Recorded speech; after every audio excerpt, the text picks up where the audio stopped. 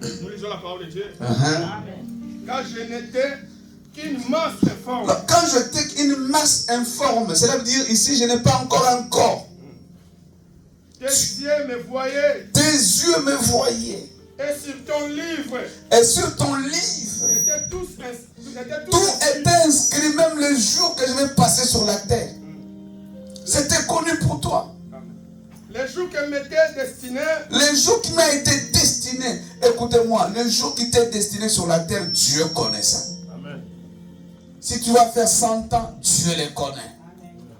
Oh, vous êtes là? Amen. Merci, papa. Dieu connaît. Écoutez-moi, frères et sœurs, ça c'est très très capital. Très très important.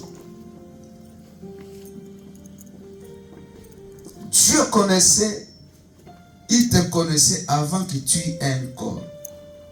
Avant que tu sois dans le sein maternel, tu n'avais pas un corps. Mais nous recevons le corps lorsque nous entrons dans le sein maternel. Donc auparavant, nous sommes esprits qui viennent dans un corps, dans le sein maternel, que nous recevons un corps.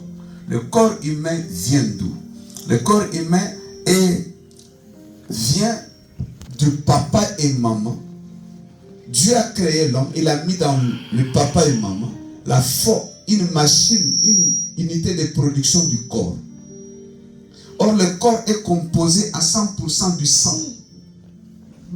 Ton corps est à 100% composé du sang. Voilà pourquoi si on met tout simplement quelques lames de rasoir ici, ce qui va couler, c'est quoi? C'est les sangs. Ça veut dire ton corps est composé du sang de ton père et du sang de ta mère. Mais il y a une historique dans le sang que tu portes. Parce que ton père et ta mère, ce ne sont pas les premiers à avoir ce sang. Mon Dieu. J'allais continuer, c'est vraiment m'encourager de continuer. Donc, ton sang que tu portes, dis à quelqu'un, mon corps c'est composé du sang de mon père et de ma mère. Ah, aide-moi à dire à quelqu'un. Voilà pourquoi tu vas dire, parce que le zolo et les bras que tu as, c'est la composition de ton père et de ta mère. Et ma colonne, tata moi si na bango.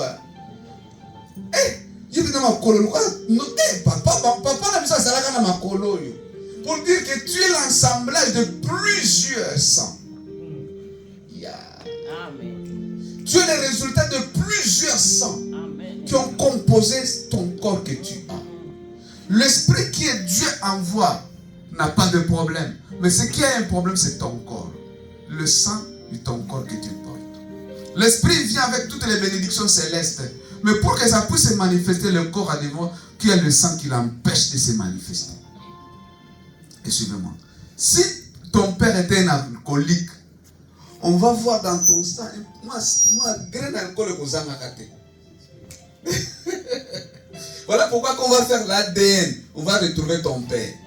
Pourquoi? Parce que tu es la composition du sang de ton père et de ta mère. Voilà pourquoi ce qui donne à ton père, s'il est sorcier, le droit de t'avoir. N'a pas le droit d'avoir ton esprit, il a le droit d'avoir ton corps. Parce que ton corps est la composition. Mon Dieu! Amen. Continuer là. Amen. C'est ça là où vient le bataille de nos vies dans les familles. Parce que tu es le résultat du corps. Il y a pas tout mon corps. Vous êtes là? Amen. Maintenant, si ton corps est composé du sang de ton père et de ta mère, et si leur origine est à la Kinakindoki, est-ce qu'il y a lien? Voilà pourquoi, d'où viendra le lien?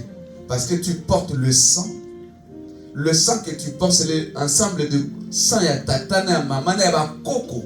Il n'y a pas naïf. Donc, voilà pourquoi certaines personnes, ils ont des maladies héréditaires. Pourquoi? D'où viennent ces maladies héréditaires? Parce que ton corps est la composition de sang de papa et maman. Oh, dans l'histoire, il y a maladie, mon coco,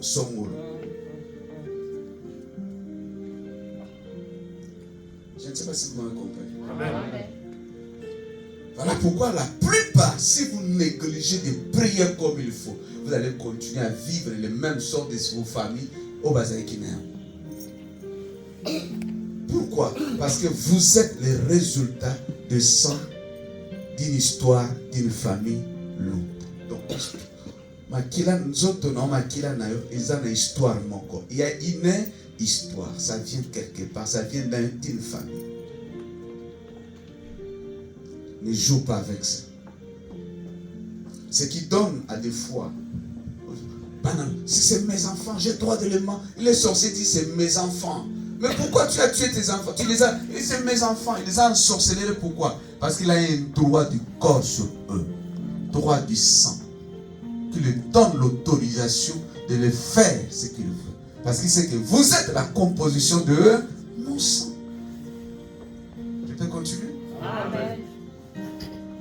Est-ce qu'on peut acclamer le Seigneur? Dieu a mis dans la femme et l'homme, Dieu ne fait plus de corps, mais Dieu a mis dans la femme et l'homme la capacité de produire, de continuer à produire les corps. Si nous lisons Jean chapitre 18, verset 37, quelqu'un peut m'aider à lire ça. Or la Bible dit, l'âme de l'homme et ton âme est dans le sang. N'est-ce pas ça? Or l'âme c'est la connexion entre l'esprit et le corps. Vous êtes là? Amen. Voilà. Donc, il y a des choses qui sont dans ton esprit, il veut se manifester, mais l'âme est mauvaise. Le corps, le sang est mauvais. Il n'y a pas moyen de se manifester. Vous êtes là, papa? Amen. Vous avez trouvé Jean 18, verset 37. Ça, c'est Jésus qui dit devant Pilate. Qui est donc roi? Tu es donc le roi? Jésus répondit. Tu le dis. Tu le dis. Je suis roi. Je suis roi. Je suis né. Je suis né. Et je suis venu pour c'est très important. Je suis né et venu. Cela veut dire, Jésus veut dire dans ce texte, très important, suivez-moi bien. Qui est venu premièrement sur la terre? Il n'est pas né. C'est Adam. Adam n'est pas né. Adam est venu. Mais Jésus dit, je ne suis pas seulement venu, je suis aussi né. Cela veut dire, en tant qu'un esprit, j'ai le droit d'opérer sur la terre parce que je suis né. Aucun esprit ne peut opérer sur la terre s'il n'est pas né. Donc tout esprit qui veut opérer sur la terre sans passer par la naissance, il est illégal sur la terre. Donc la naissance, c'est un passeport, c'est un visa qui donne aux esprits la liberté d'opérer sur la terre. Tu es là. Tant que nous sommes là, nous sommes des esprits, mais habités dans un corps. Yes. J'ai dit ceci. Tu es un esprit qui habite un corps. Ça, c'est une enveloppe. Quand l'esprit sort de ce corps, on dit quoi? Akufi. Parce que tu es devenu esprit. Je ne sais pas si vous me suivez. Donc, on dit que quelqu'un est mort lorsque l'esprit quitte le corps. C'est-à-dire, tu redeviens comme tu étais auparavant au ciel, avant de venir sur le ventre de ta mère. On dit qu'il est mort parce que tu es devenu esprit. C'est-à-dire, nous sommes esprits qui habitent un corps. Mais le problème, c'est quoi? L'esprit, lorsqu'il vient du ciel, il vient avec toute la bénédiction de Dieu. Mais qu'est-ce qui l'empêche de se manifester? Le corps.